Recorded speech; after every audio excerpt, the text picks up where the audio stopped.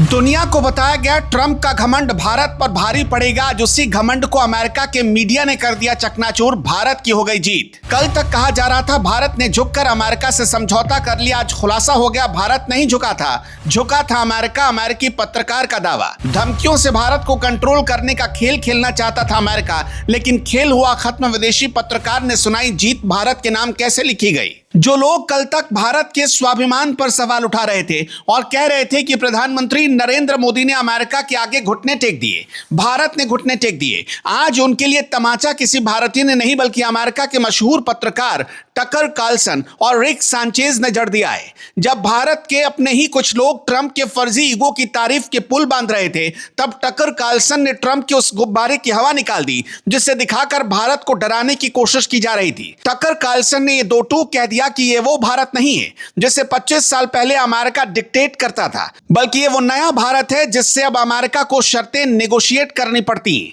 आज उन सफेदपोश बुद्धिजीवियों और कांग्रेसी प्रवक्ताओं के लिए खबर किसी सदमे से कम नहीं है, जो 24 घंटे इसी ताक में रहते हैं कि कब देश की साख गिरे। अमेरिकी पत्रकार रिक सांचेज ने तो यहां तक कह दिया कि भारत कोई स्कूली बच्चा नहीं है जिससे अमेरिका सिखाए कि तेल किससे खरीदना है। रिक सांचेज ने ट्रंप की नीतियों को अज्ञानता से भरा और अपमानजनक करार दिया है। अमेरिकी पत्रकार टकर कार्लसन ने अपने हालिया इंटरव्यू में साफ कर दिया कि दुनिया के बाजार में आज भारत वो महाशक्ति है जिसके बिना अमेरिका की अर्थव्यवस्था का पहिया घूम ही नहीं सकता।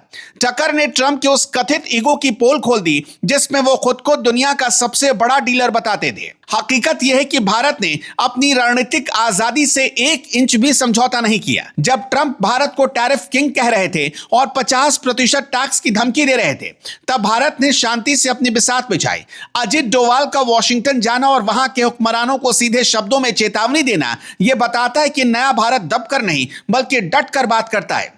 टकर कार्लसन ने यहां तक कह दिया कि भारत के पास आज रूस और चीन जैसे विकल्प मौजूद हैं, जो इसकी वजह से अमेरिका को अपनी अकड़ ढीली करनी पड़ी। जो लोग भारत में बैठकर ट्रंप की चाकरी की बात कर रहे थे, उन्हें अब डूब मरना चाहिए, क्योंकि जब भारत की साख गिरती है तो उनको मजा आता है, क्योंकि खुद अमेरिका का बड़ा मीडिया हाउस अब सच्चाई बता रहा है। मीडिया चेहरा मान रहा था, खुद अमेरिका का बड़ा मीडिया मान रहा है कि भारत ने स्ट्रेट डील में बाजी मार ली है। रिक सांचेज ने स्पष्ट कर दिया है कि भारत ने रूस से तेल खरीदना बंद नहीं किया, बल्कि अपनी शर्तों पर दुनिया को यह समझाया कि हमारी ऊर्जा और सुरक्षा जरूरतें हमारी प्राथमिकता है। अमेरिकी पत्रकारों ने इस बात पर भी जोर दिया कि भारत ने अपनी डेटा संप्रभुता और डेयरी सेक्टर को जिस तरह से सुरक्षित रखा, वो किसी भी देश के लिए एक मिसाल है। अमेरिका चाहता था कि भारत अपना बाजार पूरी तरह खोल दे, लेकिन भारत ने अमेरिकी सामानों पर 18% का टैरिफ लगा दिया।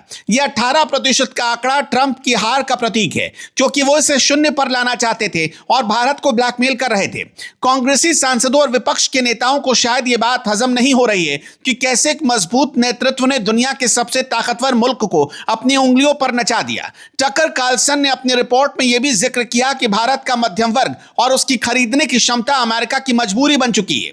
अगर अमेरिका भारत से रिश्ता बिगाड़ता तो उसकी अपनी कंपनियां तबाह हो जाती। आज पाकिस्तान जैसे देशों की तुलना भारत से करना भी गुनाह है, क्योंकि अमेरिका ने पाकिस्तान को 19% के उस स्लैब में रखा है जहां केवल उसके दुश्मन देश खड़े हैं। रिक सांचेज ने तंज कसते हुए कहा कि जो पाकिस्तान सालों से अमेरिका की गुलामी कर रहा था, उसे ट्रंप ने कचरे के डिब्बे में डाल दिया, और जिस भारत ने अमेरिका को चुनौती दी, उसे रेड कारपेट बिछाकर उसका स्वागत किया गया। यह कूटनीति की वो जीत है जिसे समझने के लिए राष्ट्रवाद की भावना होनी चाहिए, न कि राजनीतिक द्वेष। भारत के उन लोगों को अब अपनी आंखें खोल लेनी चाहिए जो हर बात पर अमेरिका का डर दिखाते थे। टकर कार्लसन के मुताबिक भारत एक उभरती हुई शक्ति नहीं, बल्कि वो एक ग्लोबल स्टेज पर अराइव कर चुका है। टकर कार्लसन ने यह भी साफ किया कि ट्रंप भले ही सोशल मीडिया पर अपनी जीत के दावे कर लें, लेकिन हकीकत में भारत ने अपनी शर्तें मनवाई हैं। जो लोग एस्पिरिन और दवाइयों के नशे में डूबे नेताओं की बातों को ब्रह्म वाक्य मान लेते थे, उन्हें अब हकीकत का सामना करना होगा। भारत ने यह दिखा दिया कि रूस हमारा पुराना दोस्त है और उसके साथ हमारे रिश्ते किसी तीसरे देश के दबाव में नहीं बदलेंगे। इस ट्रेड डील की सबसे बड़ी खूबी यही है कि भारत ने अपने किसानों के हितों को आंच नहीं आने दी। अमेरिका का घटिया मांस और चारा भारत की थाली तक नहीं पहुंच पाएगा, क्योंकि मोदी सरकार ने उस पर दीवार खड़ी कर दी है।